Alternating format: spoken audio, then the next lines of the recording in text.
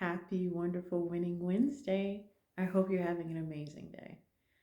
It's absolutely beautiful here in South Carolina. If you don't believe that global warming is a thing, we're in December hitting close to 70 degrees. But I digress. I am your host, Dr. Sabrina, also known as Dr. Mama Wealth on Instagram. And I wanted to welcome you to just another wonderful winning Wednesday. I always kick it off with gratitude. Um, it's extraordinarily important to me to make sure I always say thank you. Um, Thank you to everyone that supports, that follows, that encourages. And of course, always thank you to my clients. Thank you for referrals. It lets me know that not only did you enjoy my service, but you want others to also. So thank you for that.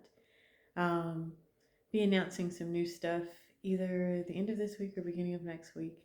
So there'll be new ways to engage, interact, get your questions answered, um, and just to get the help and support that you need on your financial journey.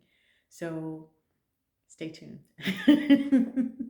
But today I wanted to dive in and talk about really emotional spending, why we do it, how do we combat that, and how you can be successful during the holiday season when emotions can range by the hour, by the minute, or by the day based on, what life is throwing at you. Um, and I know some of you are in similar situations that I am where you've experienced big loss this year. And so it's hard to go through the holiday season with this new normal, and trying to adjust beyond the pandemic loss in your life. How not to fill that void with things, how not to fill that void with shopping, but to potentially help it to propel you into the life of your dreams. So, I want to talk a little bit about that with you today. So, one thing that I highly recommend, and it's probably one of the hardest things that you can do, is allowing yourself to feel. Um, Feelings are just that, they are. They're not good, they're not bad, they just are. And, moving to the point of acceptance that you're human, you're going to have feelings. Some days are going to feel overwhelming. Other days it's just like, they're there. You're going through. Life is content. But allowing yourself to just be present in any state, giving yourself permission to be there. Why do I bring that up as a financial coach? Okay, well, let's talk about that. How does it relate to money? When you're excited about something, one of the first things that we tend to do as humans is, oh, I want to go out to dinner. Oh, I want to go buy this. Oh, I need to get, some sort of monetary reward. And sure, that's great. In that, I don't disagree. I think there's a time and a place for all of it, but it's creating the balance with it. The opposite occurs when we're trying to fill that emotional void when something is lacking or we're sad or we're dealing with larger emotions that take us off kilter, that don't bring us joy. We want to go shopping. We've gotten to the point, as human beings, that we've labeled it as retail therapy.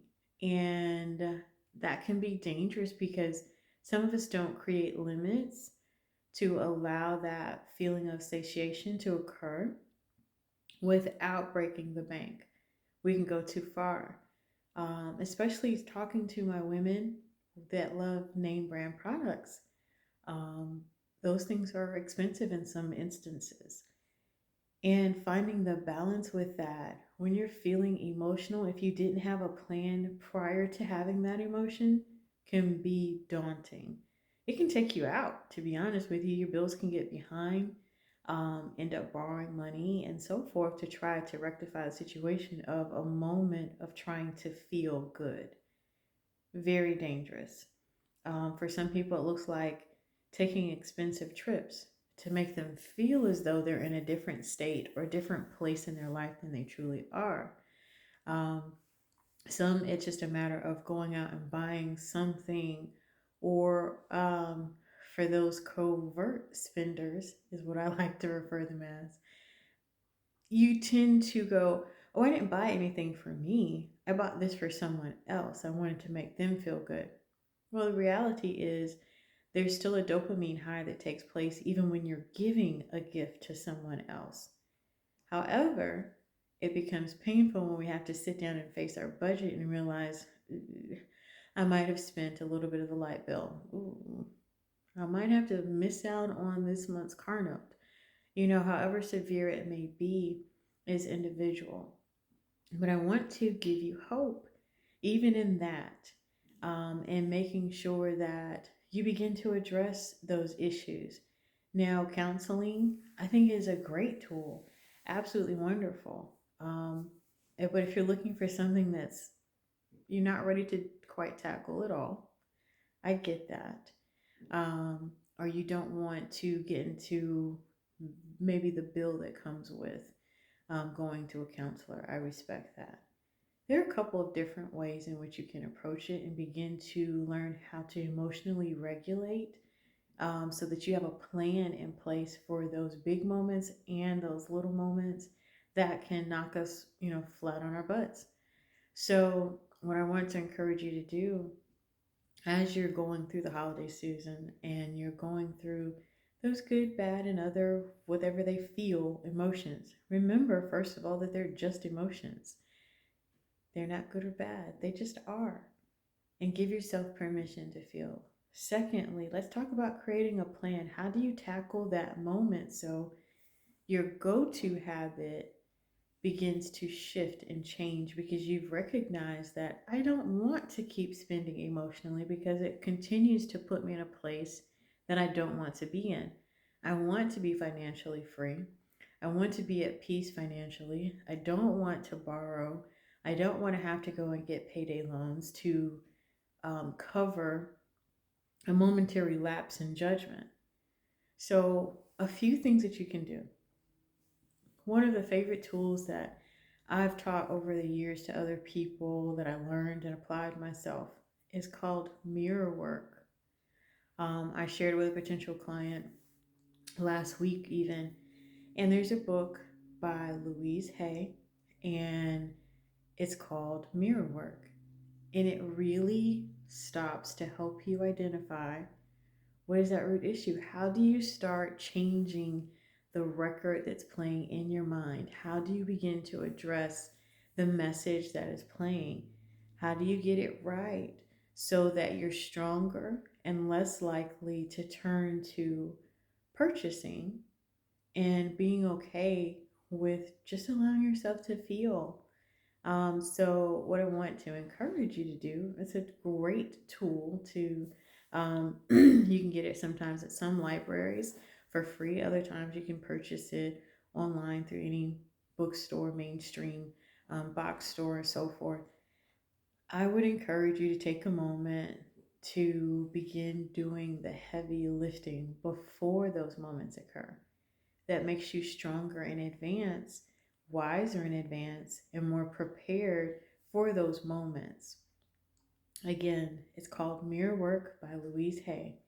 You don't hear me share a whole lot of books, but I think I need to start doing a little bit more of that, and listening to clients, their needs, and making sure that we get to the root cause, because I can give you a budget and I can give you a strategy.